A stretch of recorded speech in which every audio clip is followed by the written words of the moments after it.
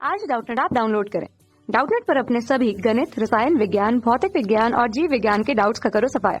बस प्रश्न की फोटो खींचो, एक ही प्रश्न को क्रॉप करो और तुरंत वीडियो सोल्यूशन पाओ।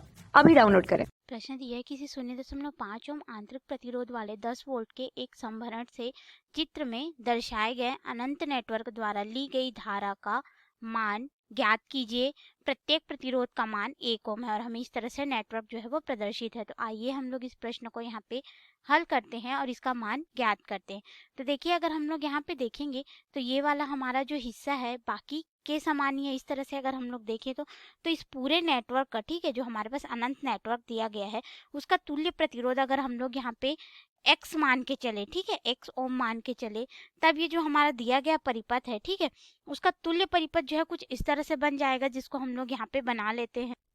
तो इस तरह से हमें इसका तुल्य प्रतिरोध प्राप्त हुआ। ठीक है, अब देखिए ये जो x ओम है, ठीक है, ये हमारे 1 ओम के साथ में क्या है, समानांतर क्रम में है, समानांतर क्रम में समायोजित है। तो इनके द्वारा अगर हमें तुल्य प्रतिरोध मिलेगा इन दोनों के मध्य में, ठीक है, तो तुल्य प्रतिरोध को अगर हम लोग RP से दर्शा दे, पैरेलल में जो प्रतिरोध हमें प्राप्त होगा, ठीक है, इसका मान हमारे पास क्या हो जाएगा, x गुणित 1 बटे x धन 1 हो जाएगा, अर्थात हमारे पास x बटे x धन 1 हो जाएगा। अब उसके बाद अगर हम लोग इस परिपथ को और अच्छे से बनाए तो हमारा परिपथ कुछ इस तरह से यहाँ पे बन जाएगा। देखिए यहाँ पे क्या हो जाएगा, 1 ओम का प्रतिरोध है, ठीक है, यहाँ पे हमने जो निकाला RP वो हो गया तुल्य प्रतिरोध और उसके बाद यहाँ पे 1 ओम का प्रतिरोध बनेगा। ठीक है, तो ये हो गया 1 ओम, ये वाला 1 ओम और ये वाला हो गया हमारा RP और यहाँ पे 10 वोल्ट और 0.5 ओम के आंतरिक प्रतिरोध का जो स्रोत है वो लगा हुआ है। ठीक है, तो अब इसके द्वारा हमने यहाँ पे देखा तो ये तो हमें समानांतर क्रम में जो प्राप्त हुआ उसका हो गया।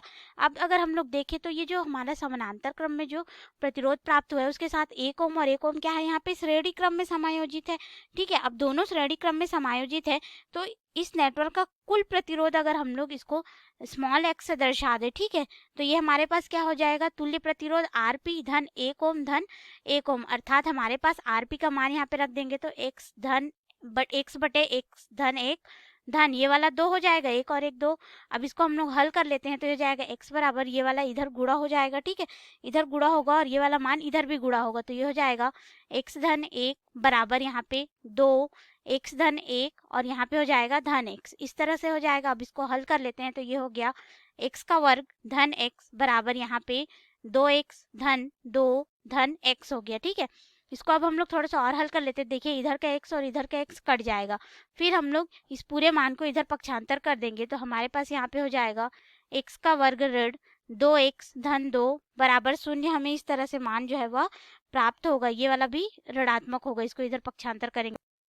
अब हमें ये जो समीकरण प्राप्त हुआ इसको अगर हम लोग देखें तो ये किस तरह से हो गया, हमारा द्विघात समीकरण हो गया। तो द्विघात समीकरण को हम लोग इस तरह से हल कर सकते हैं। हमें x का मान चाहिए तो x बराबर हो जाएगा यहाँ पे ऋण b का वर्ग धन ऋण वर्गमूल b का वर्ग ऋण 4 AC बटे 2, ये वाले सूत्र से। तो इसको हम लोग यहाँ पे हल करेंगे तो ये हो जाएगा ऋण और यहाँ पे ऋण 2, b की जगह में ऋण 2 है, ठीक है, धन ऋण वर्गमूल यहाँ पे हो जाएगा ऋण 2 का वर्ग, यहाँ पे हो जाएगा ऋण 4, a का मान 1 हो जाएगा और c का मान ऋण 2 हो गया। तो यहाँ पे हम लोग रखेंगे बटे, यहाँ पे हो जाएगा हमारे पास 2 गुणित 1 अर्थात 2 हो जाएगा, क्योंकि 2a होता है तो a के साथ तो 1 है। अब इसको हम लोग हल करते हैं तो x बराबर हमारे पास आ जाएगा ये ऋण और ये ऋण गुणा होके धन हो जाएगा 2 धन ऋण वर्गमूल हमारे पास यहाँ पे हो जाएगा ऋण 2 का वर्ग करेंगे धनात्मक 4 आएगा ऋण और ये वाला ऋण गुणा होगा तो धन हो जाएगा और 4 का 2 से गुणा करेंगे तो 8 हो जाएगा बटे हमारे पास यहाँ पे हो जाएगा 2। अब इसको और हल कर लेते हैं, हमारे पास इसका जो मान है वो आ जाएगा x बराबर यहाँ पे 2 धन ऋण वर्गमूल 12 बटे 2। अब 12 को हम लोग वर्गमूल से बाहर निकालेंगे तो ये हमारे पास हो जाएगा 2 धन ऋण 2 वर्गमूल 3, क्योंकि ये हो जाएगा 4 गुणित 3 और 4 का वर्ग जो है वो 2 के रूप में निकल जाएगा, वर्गमूल जो है, ठीक है, 2। अब यहाँ से अगर हम लोग देखें तो 2 को उभयनिष्ठ ले सकते हैं, तो 2 को उभयनिष्ठ लेंगे तो हमारे पास x बराबर ये वाला 2 और नीचे का 2 कट जाएगा तो ये हो जाएगा 1 धन ऋण वर्गमूल 3। अब देखिए ये x जो है वो हमारा प्रतिरोध है, प्रतिरोध का तो ऋणात्मक मान संभव नहीं है तो हम लोग यहाँ पे सिर्फ धनात्मक मान ही लेंगे। x का धनात्मक मान लेने पर 1 धन वर्गमूल 3 होगा, ठीक है, तो वर्गमूल 3 का मान हम लोग इस पे जोड़ देंगे जो कि होता है 1.732, क्योंकि अगर हम लोग इसको 1 से घटाएंगे तो ऋणात्मक मान आएगा, इसीलिए हम सिर्फ इसके धनात्मक मान को लेंगे। तो ये हमारे पास हो जाएगा 1 धन 1.732 इन दोनों को जोड़ देंगे तो हमारे पास तुल्य प्रतिरोध X का मान आ जाएगा यहाँ पे लगभग 2.732 ओम हमें इतना प्राप्त हुआ। ठीक है, अब देखिए ये तो हमारा जो हमने परिपथ हल किया है उसका है। जैसे ही हम लोग स्रोत को लगाएंगे तो उसमें क्या है कि आंतरिक प्रतिरोध स्मॉल r का भी मान दिया गया है, तो उसको अगर हम लोग उस तुल्य प्रतिरोध को r कैपिटल डैश से अगर इस तरह से दर्शा दे तो ये हो जाएगा तुल्य प्रतिरोध X धन आंतरिक प्रतिरोध R। तो इसका यहाँ पे जोड़ेंगे तो हो जाएगा 2.732 धन 0.5। तो हमारे पास यहाँ पे प्रतिरोध हो जाएगा R डैश का मान तुल्य प्रतिरोध 3 यहाँ पे 232 ओम हमें यहाँ पे प्राप्त होगा। अब हम लोग परिपथ से ली गई धारा I का मान निकालेंगे जो कि हमने यहाँ पे सेल लगाया है। ठीक है, तो सेल का जो विभवांतर होगा उसको E से प्रदर्शित कर देते हैं और यहाँ पे पूरे का प्रतिरोध R डैश हो जाएगा। यहाँ पे मान रखते हैं तो मान हम लोग को 10 वोल्ट दिया गया है और इसका मान हमारे पास 3.32 ओम आया है।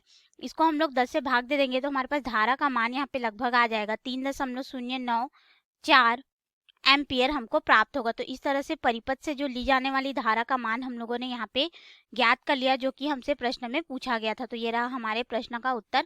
और पूरे परिपथ का अगर तुल्य प्रतिरोध देखें आंतरिक प्रतिरोध के साथ में 3.232 ओम आएगा। ये रहा, ये भी हमारे प्रश्न का उत्तर। धन्यवाद।